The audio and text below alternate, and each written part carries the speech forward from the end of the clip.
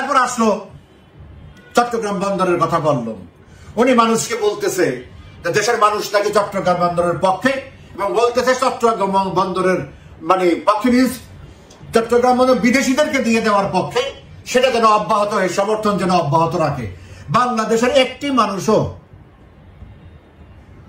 এই লাভজনক অত্যন্ত সুশৃঙ্খল ভাবে নিউমোরিং টার্মিনাল যে চলছে, সেই টার্মিনাল বিদেশিদের হাতে দেওয়ার একজন লোক পক্ষে নাই বাংলাদেশে। আর উনি স্বঘোষিতভাবে স্বপ্রণোদিতভাবে বলছে বাংলাদেশের মানুষ এটার পক্ষে। আর কাকে দিতে চাচ্ছে উনি খুব গর্ব করে বলতেছে যে আমরা এমন একটা কোম্পানিকে দিতে চাচ্ছি যেটা বিশ্ব সেরা, যেটা দিলে আমাদের সবকিছু বিরাট বিরাট উন্নতি হয়ে যাবে, আমাদের আর উন্নতির দরকার নাই। আর যে কোম্পানি বলতেছে ডিপি ওয়ার্ল্ড, এটা সম্পর্কে অনেক কিছু বলা যায়। আমি শুধু একটা এক্সাম্পল দিচ্ছি আপনাদেরকে। 2006 সালে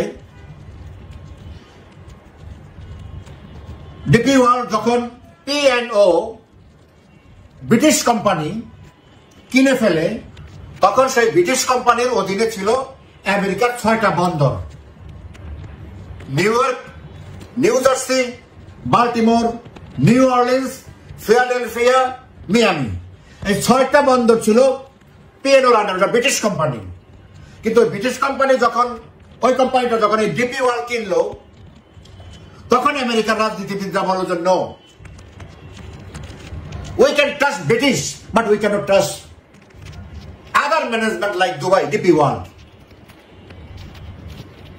তখন তারা 2006 সালে এই চুক্তি বাতিল করলো, এবং ডিপি ওয়ার্ল্ড ওই 6 বন্দর যে উত্তরাধিকার সূত্রে কেনার সূত্রে যে ইয়ার কাছে P&O থেকে পেয়েছে, সেটা আমেরিকান কোম্পানির কাছে, ভিন্ন কোম্পানির কাছে বিক্রি করতে বাধ্য হয়েছে।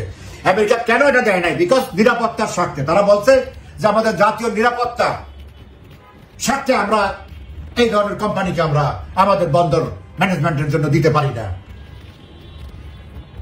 এই একটা উদাহরণ দিলাম ডিপি ওয়ার্ল্ড সম্পর্কে। তো আমেরিকা যদি তার নিরাপত্তার স্বার্থে, আমেরিকার মতো দেশ, বিশ্বের সবচেয়ে শক্তিশালী এবং হাইয়েস্ট টেকনোলজিক্যাল কান্ট্রি, সে যদি একটা কোম্পানি, যেই কোম্পানিকে বিশ্বাস করবে না, আমাদের মতো একটা দরিদ্র দেশ, দুর্বল দেশ, লেস টেকনোলজিক্যাল পাওয়ার, আমরা কিভাবে আরেকটা বিদেশি সংস্থাকে, বিদেশি কোম্পানিকে বিশ্বাস করব? সবচেয়ে বড় কথা, আমার প্রয়োজনটা কি? আমার কোনো প্রয়োজন নাই তো। যে যারা এখন আমাদের ম্যানেজমেন্টে আছে, যারা করতেছে আমাদের দেশীয় প্রতিষ্ঠান, তারা খুব ভালো করতেছে। মূল লক্ষ্যের থেকে তারা 3 লক্ষ কন্টেনার বছরে বেশি তারা হ্যান্ডলিং করেছে, এবং এটা বাড়তেছে, প্রতিনিয়ত বাড়তেছে। আমি কেন আমার একটা লাভজনক প্রতিষ্ঠান আমি আরেকজনকে হাতে দেব? আমাদের আরো পোর্ট আছে, বে টার্মিনাল আছে, আরো কয়েকটা আছে, আমরা সেগুলো দিব, কিন্তু সেটা দিবে কে? আমাদের সেনাপ্রধান বলেছে সেটা দেওয়ার একমাত্র একটিকার নির্বাচিত সরকার। নির্বাচিত সরকার এসে পার্লামেন্টে এটা নিয়ে আলোচনা করবে, উভয় পক্ষের লোকজন সংসদ সদস্যরা আলোচনা করবে। এটা যদি 18 কোটি মানুষের স্বার্থে হয়, তাহলে 18 কোটি মানুষকে জানার অধিকার আছে, ইনস এন্ড আউট, ভিতরে বাইরে কি আছে এটা জানার অধিকার আছে। বাইরের লোককে দিলে কি সুবিধা হবে, দেশের লোককে দিলে কি অসুবিধা হবে, কি কতটুকু লাভ হবে, সমস্ত কিছু details, it has to be a crystal clear matter to the nation. সেটা করবে নির্বাচিত সরকার, not a government, illegal government like Yunus. এখন কথা হচ্ছে এই সমস্ত ধোঁকাবাজি আছে, সে যে এই চট্টগ্রাম বন্দর দেওয়ার ব্যাপারে খুবই সিরিয়াস, এটা তার বক্তৃতায় আজকে প্রমাণ হলো, এবং সে হাল ছাড়ে নাই। অতএব সকল রাজনৈতিক দল আগে যেভাবে, প্রথম কথা হলো সেনাবাহিনী, এটার উপর সশস্ত্র বাহিনী পরিষ্কার ভেটো দিয়ে দিচ্ছে, এটা করা যাবে না। তো সশস্ত্র বাহিনীর ওই অভিযানকে সারা দেশবাসী সমর্থন যোগাতে হবে। রাজনৈতিক দল, প্রত্যেকটা রাজনৈতিক দল স্ট্যান্ড নিতে হবে, এটা করা যাবে না। উনি নাকি 3টা ম্যান্ডেট নিয়ে দায়িত্ব গ্রহণ করেছে, বা ক্ষমতা, উনি বলে দায়িত্ব গ্রহণ, আর আমরা বলি ষড়যন্ত্র করে, ডাকাতি করে ক্ষমতা দখল করেছে। উনি বলছে কেন দখল করেছে? 3টা ম্যান্ডেট নিয়ে। বিচার বিভাগ ঢেলে সাজাবে, সংস্কার করবে, আর নির্বাচন করবে। আর বিচার বিভাগের ব্যাপারে তিনি সাফল্য দেখাইছে 10 মাসে। কি আইসিটিতে সংশোধনী আনছে। কি সংশোধনী আনছে? ICT, international crime tribunal. এটা করা হয়েছে স্বাধীনতা বিরোধীদের বিচার করার জন্য 1973 সালে জাতির পিতা বঙ্গবন্ধু শেখ মুজিবুর রহমান। সেইটাকে উনি সংশোধন করে বেআইনি ভাবে, এখতিয়ার বহির্ভূত, আইন বহির্ভূত, সংবিধান বহির্ভূত ভাবে সংশোধনী এনেছে এই সাধারণ মামলা সেখানে দেওয়ার জন্য। একটা নির্বাচিত সরকার, শেখ হাসিনার মতো নির্বাচিত পাওয়ারফুল গভর্নমেন্ট চাইলে তো সেই 73 সেই আইসিটিতে বঙ্গবন্ধু হত্যার বিচার করতে পারত, জাতীয় 4 নেতা হত্যার বিচার করতে পারত, 21শে আগস্টের হত্যার বিচার করতে পারত, আরো অন্যান্য সেন্সেশনাল যে সমস্ত মামলাগুলি আছে সেগুলি সেখানে নিয়ে যেতে পারতো এই সংশোধনী করে। বাট সেটা তো করা হয় নাই। এটা প্রিসাইসলি করা হয়েছে স্বাধীনতা যুদ্ধের যুদ্ধ অপরাধীদের বিচার করার জন্য, যুদ্ধ অপরাধের বিচার করার জন্য। সেখানে সে অসৎ উদ্দেশ্যে স্থানীয় সমস্যা, স্থানীয় মামলা মোকদ্দমা অসৎ উদ্দেশ্যে ভুয়া মামলা সেখানে ঢুকিয়ে দিছে। এইটা ওনার সাফল্য। আর হয়েছে সব সংস্কার। সংস্কার করার কেসে সে কিসের সংস্কার করবে? তাকে সংস্কার করার এখতিয়ার কে দিয়েছে? সংস্কার প্রতি এটা একটা চলমান অবস্থা। যখন যেখানে যেটা মনে হবে যেটা এই আইনটা আছে বা এই পদ্ধতিটা আছে, এই নিয়মটা আছে, এটা এই সময়ে এখনকার জন্য এটা ফিজিবল না, তোকে চেঞ্জ ইট। সেটা সরকার চেঞ্জ করবে যখন যে সরকার, নির্বাচিত সরকার থাকে করে আসতেছে। একেবারে সেই 72 সাল থেকে এখন পর্যন্ত যখনই যে সরকার ছিল, সামরিক, বেসামরিক, বৈধ অবৈধ যারাই ছিল, সবাই ধারাবাহিকভাবে করে আসতেছে। এটা একটা চলমান প্রক্রিয়া। উনি ধান্দা হলো সংস্কার দেখায় যতদিন ক্ষমতায় থাকা যায়, সেই সুযোগ উনি পাবে না। আর এই ওনার এই সমস্ত ফালতু সংস্কার কেউ সংসদে পাস করবে না। উনি আসছে নির্বাচন নিয়ে অনেক চাপাচাপির পরে। আগে কয়েকদিন আগে জামাতরে দিয়ে বলাইছে ডিসেম্বর থেকে এপ্রিলের মধ্যে নির্বাচন তারা চায়। তো সেটাই আজকে বেরিয়ে আসলো, এপ্রিলের প্রথম সপ্তাহে নির্বাচনের কথা বলেছে। তো এটা বিএনপির ইস্যু, এটা আওয়ামী লীগের ইস্যু না।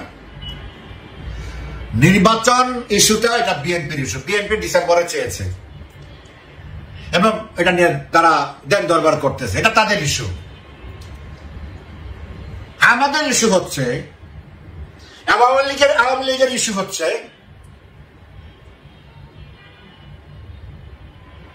ডক্টর ইউনূস একটা অবৈধ ভাবে ক্ষমতা দখল করে, ক্ষমতা ডাকাতি করে ক্ষমতা দখল করেছে। তার এই দেশে বৈধভাবে কোনো কিছু করার কোনো অধিকার নাই। That is clear cut stand of Awami League. তো উনি কি নির্বাচনের তারিখ দিল না দিল এটা আওয়ামী লীগের কোনো কনসার্ন না, এটা বিএনপির কনসার্ন। সেটা বিএনপি বুঝবে কি করবে না করবে। তবে উনি যে নির্বাচন এপ্রিলেও দিবে না সেটা অত্যন্ত পরিষ্কার। এরা অনেক বাহানা করে, যদি সেই পর্যন্ত থাকতে পারে।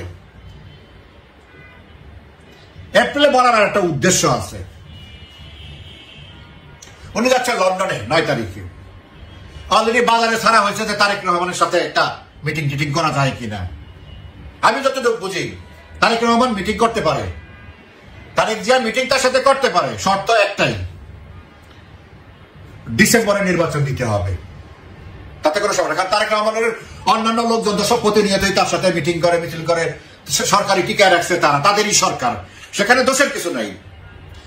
কিন্তু তারেক রহমানের সাথে মিটিংটা করলে তার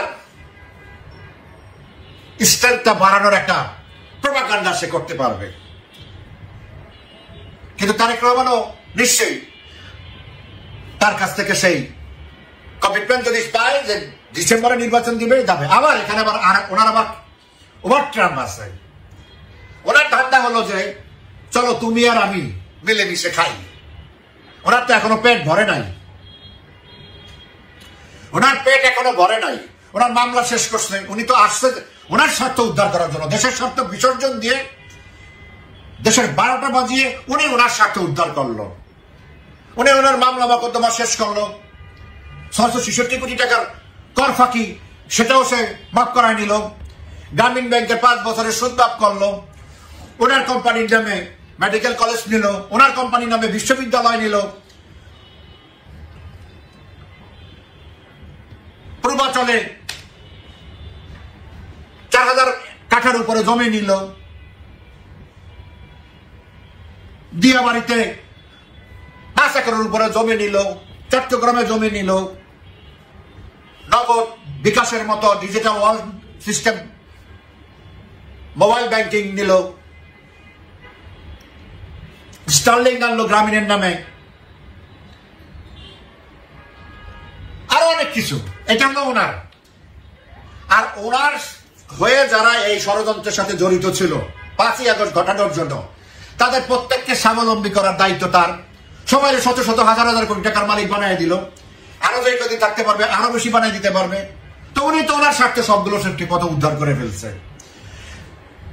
এখন ওনার শেষ খায়েশ হলো, অন্তিম ডিজায়ার, লাস্ট ডিজায়ার, অন্তিম কি এটা খায়েশ, রাষ্ট্রপতি হওয়ার বৈধভাবে।